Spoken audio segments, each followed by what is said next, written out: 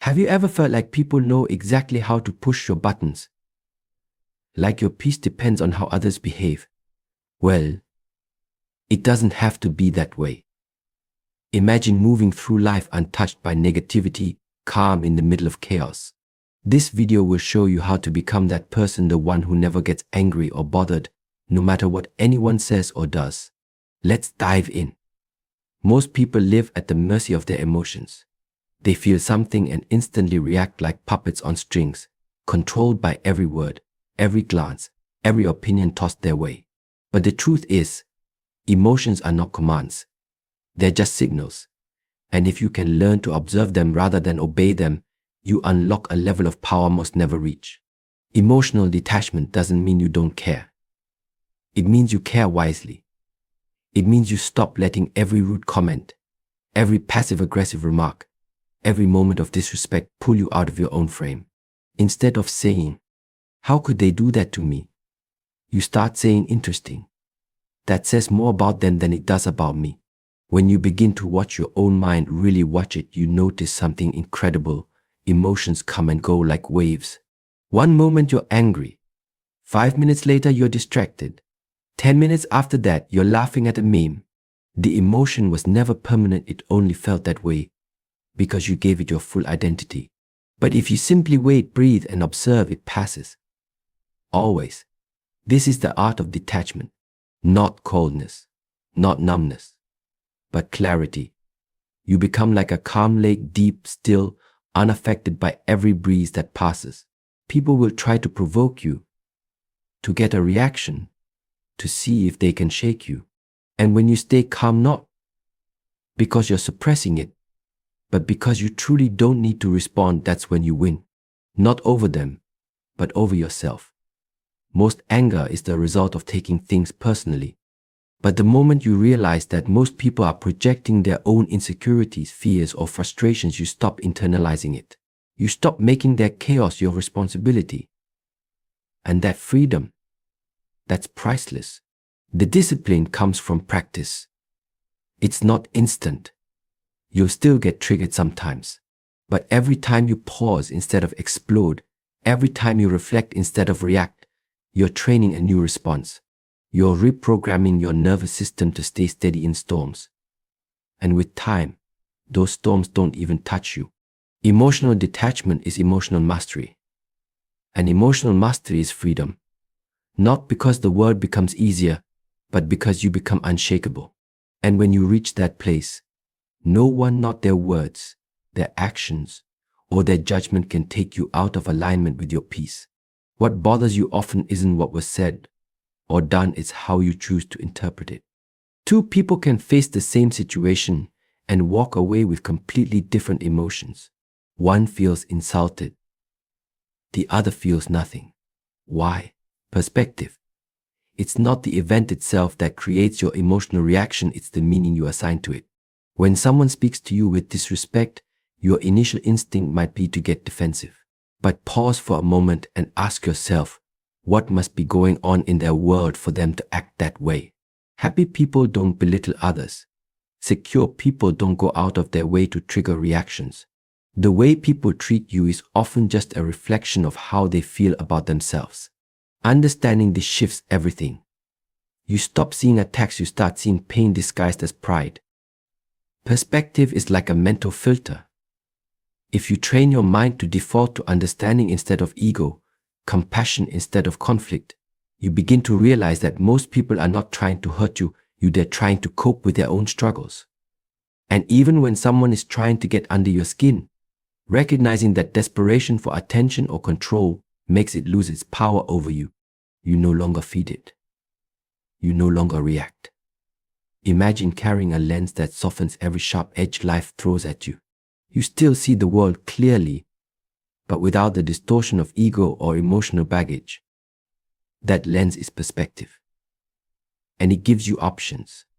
Instead of thinking they disrespected me, you can think that's their character, showing it has nothing to do with my worth.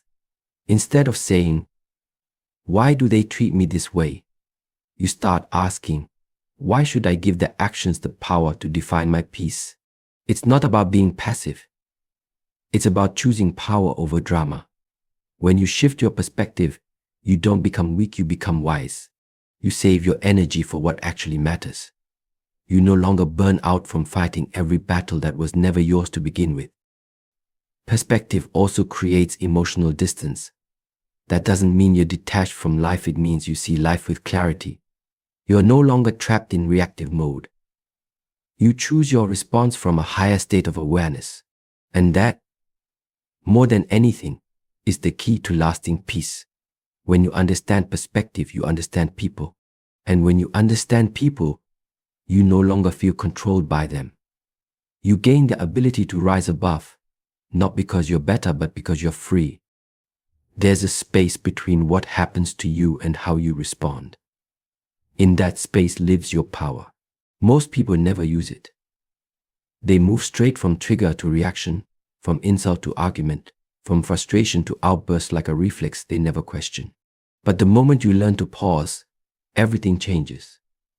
The pause is where self-control is born. It's not about silence or suppression. It's about awareness. That split second where you notice the tension rising inside you, that's the moment to take control. You feel your heart beat faster, your jaw tighten, your thoughts racing to defend or attack, and then you pause. You breathe. You wait. Just a few seconds can make the difference between chaos and clarity. The pause gives your rational mind time to catch up with your emotions. Instead of reacting from anger, you respond with intention. You take a step back, mentally, and observe the situation with a wider lens. Is this worth your peace? Will this matter in 5 hours, 5 days, 5 years? Often you'll find the answer is no. Pausing doesn't make you weak. It makes you unshakable. Because while others waste their energy getting pulled into every conflict, you remain centered. You become the calm in the storm, the one who doesn't need to raise their voice to be powerful, the one who doesn't need to prove anything to stay in control. It takes discipline to pause, especially when you feel disrespected, when someone pushes your buttons or crosses a line. But discipline is where freedom comes from. The more you practice pausing, the stronger your self-mastery becomes. Eventually, it becomes automatic. You get triggered, and instead of exploding, you breathe. You ground yourself. You decide how you want to respond, if at all. Some moments demand a response, but the pause gives you the clarity to choose how. And often, the most powerful response is none at all. Silence can be louder than words. Calmness can be more commanding than anger. Presence can speak volumes without saying a thing. The pause isn't passive. It's the most active form of strength. You're not avoiding the moment, you're mastering it. You're showing yourself and the world that you don't dance to the rhythm of chaos. You set your own pace. And once you learn to pause, you stop being controlled by anyone or anything. You respond with purpose. You choose peace over pride. And that choice, made again and again, becomes your greatest power. One of the greatest sources of anger and frustration is the constant need to be right. The urge to win every argument. To have the last word. To prove a point, even when the cost is your inner peace. But the truth is, being right is often overrated, and clinging to that need can silently drain your energy and damage your relationships. You see, when your ego is invested in being right, every disagreement feels like a threat. It's no longer a conversation, it's a battle. Every comment becomes an attack. Every opinion that differs from yours feels like disrespect. But what if it isn't? What if it's just another human being, seeing the world through a different lens? Letting go of the need to be right doesn't mean you let people walk all over you. It means you stop letting your peace be controlled by pride. It means you choose maturity over the ego's craving for validation. Because here's the truth. Most arguments don't end because someone wins. They end when someone decides that their peace is more valuable than proving a point. There's a quiet confidence in being okay with not correcting everything, in not needing to defend yourself every time someone misunderstands you. That confidence comes from knowing who you are. When you truly know yourself, the need to convince others disappears. You don't argue with ignorance. You don't chase approval. You simply walk away with your energy intact. Ask yourself, would you rather be right or would you rather be free? Would you rather win an argument or protect your peace? Because those choices often don't go hand in hand. In most situations, especially with difficult people, winning means nothing if it costs you your calm. It's not weakness to walk away from petty debates. It's wisdom. You're not losing when you let it go, you're rising above it. And from that place, you see things differently. You begin to notice how often people argue not to understand, but just to be heard. And once you see that, you realize some arguments aren't even worth entering. Every time you drop the need to be right, you give yourself a gift. The gift of peace, maturity, and control. You stop playing games that lead nowhere. You stop sacrificing your energy for things that don't deserve it. And over time, that choice becomes a habit. That habit becomes your character. And that character shapes a life that is calm, centered, and free from unnecessary chaos. The more secure you are within yourself, the less power anyone has over you. That's the truth most people overlook. Inner security isn't about arrogance or acting like nothing bothers you. It's about genuinely knowing who you are, what you stand for, and what you're worth, regardless of what anyone says or thinks. People often get triggered because they rely on the outside world to reflect their value. A small insult, a sarcastic comment, or even being ignored can feel like a personal attack when your self-worth is fragile. But when you've built that worth from within, those same things barely register. They don't define you anymore, they just bounce off. Inner security is quiet. It doesn't need to announce itself. It shows in how you respond under pressure, in how you don't chase validation, and in how you stay rooted even when others try to shake you. It means you don't crumble when someone disapproves of you. You don't need to prove yourself, because you've already proven it to yourself. This kind of strength doesn't come from titles, money, or status. It comes from doing the work internally, from facing your insecurities, healing your wounds, and affirming your value day by day with honesty and discipline. It means asking yourself hard questions. Do I need others to like me in order to like myself? Am I acting from confidence or from a fear of not being enough? When you build inner security, your energy shifts. You no longer react to people's opinions, you evaluate them. You don't take offense at everything, you choose what's worth your attention. And often, you'll find that most negativity directed at you has nothing to do with you at all. It's just a reflection of someone else's internal conflict. You become more selective, not out of pride, but out of peace. You protect your space, your time, and your mental clarity because you understand they're valuable. You stop engaging in drama, not because you're avoiding confrontation, but because it's beneath the level you operate on now. Inner security gives you emotional independence.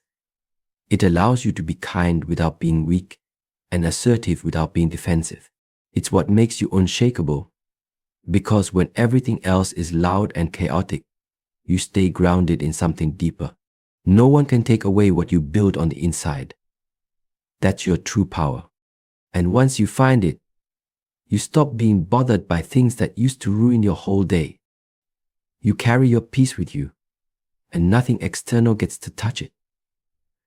Mental strength isn't something you're born with, it's something you build, day by day. Just like physical strength, it takes consistent training. And the truth is, most people are mentally weak not because they lack potential, but because they've never developed discipline. They've never trained their mind to stay calm, focused, and clear when life gets difficult. Discipline isn't about being rigid or emotionless. It's about giving your mind structure so it doesn't spiral into chaos every time something goes wrong. It's about choosing what thoughts you feed, what narratives you believe, and what energy you give your attention to. That choice, repeated over time, becomes your mindset. And your mindset becomes your life. Training your mind means you don't just let your thoughts run wild. You watch them. You challenge them. You ask, Is this thought useful? Is it true? Is it helping me grow or keeping me stuck? This level of awareness takes practice. But with repetition, it becomes your new default. One of the most powerful tools for mental discipline is silence. Sitting in stillness for even 10 minutes a day can change everything. No phone. No noise. Just you and your breath. In those moments, you meet yourself without distraction. You hear the thoughts that usually hide under the surface. And over time, you stop reacting to them. You start understanding them. Journaling is another powerful habit. It's a mirror for your mind. When you write, you process. You clarify. You learn to separate what actually matters from what's just noise. It helps you slow down your reactions and recognize your emotional patterns. That kind of self-reflection isn't just therapy, it's strength training for your emotional resilience. And then there's reading. Feeding your mind with wisdom, philosophy, psychology, and timeless principles builds a foundation. You start thinking more clearly. You become less reactive because you've expanded your mental framework. You start seeing problems differently, not as threats, but as challenges you've already trained for.